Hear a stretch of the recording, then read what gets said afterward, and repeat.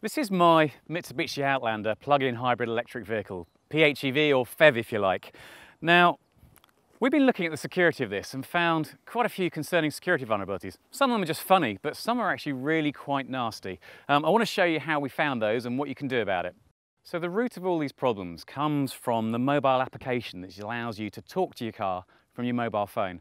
Now, most mobile apps talk to your car using a GSM module in the car that talks to the interwebs that then talks to your phone. It's great, reasonably secure way of doing it. What's weird about this is there's actually a wireless access point on board the car, which means you talk to it directly from your mobile phone. So this is the mobile application that you use, and it can do the usual sort of things you expect. So for example, if I wanted, I could do stuff like turn the headlights on. Pretty straightforward, not exactly complicated.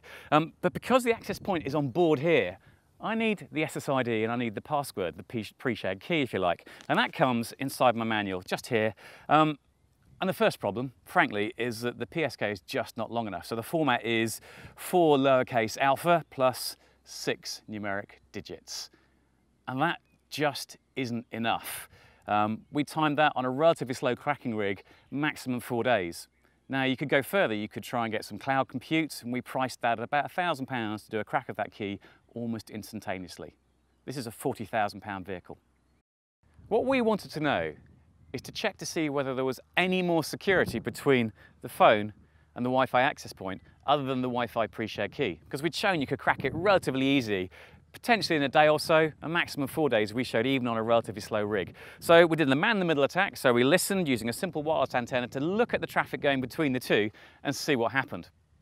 And what we discovered was a relatively simple binary protocol that was incredibly straightforward to understand and reverse engineer, and we discovered that we could start taking control of many functions of the car with nothing more than a computer.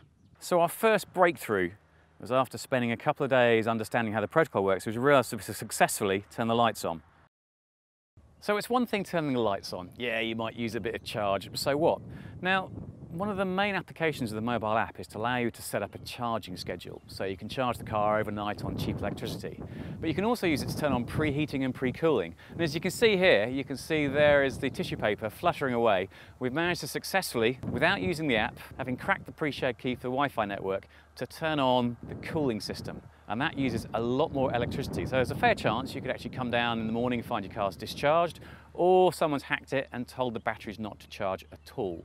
So the whole point of having a plug-in hybrid, it could be drained so you can't actually use it. Fortunately, there is a petrol backup, but that's not really the point. It shouldn't work like this. So here's the bit that worries us the most. We can disable the theft alarm on this car. Just to prove the point, I've locked the car. The window's open so I don't have to smash it, but to prove it's working,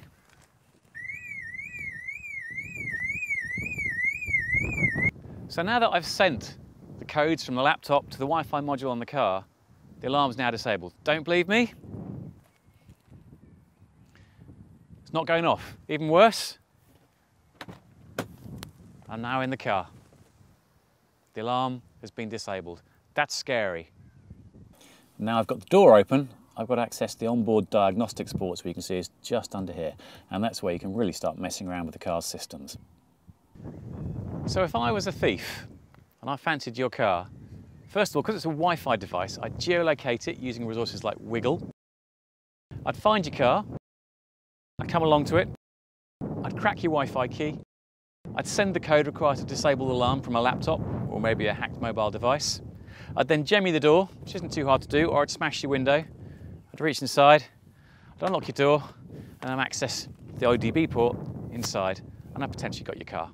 There is a more visual way of doing this. When the vehicle's unlocked, which of course is cheating a bit, but here you can actually see the alarm status changing in real time in front of your eyes.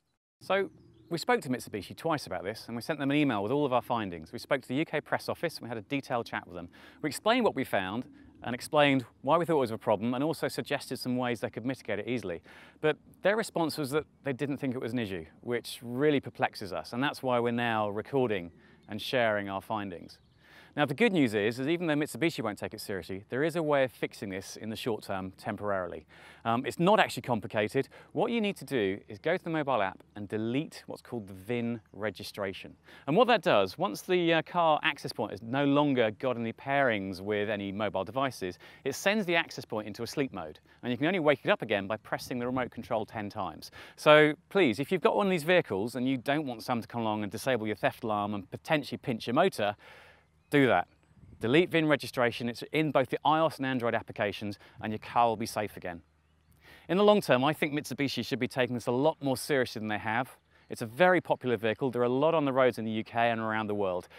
I really don't think this approach to security is acceptable.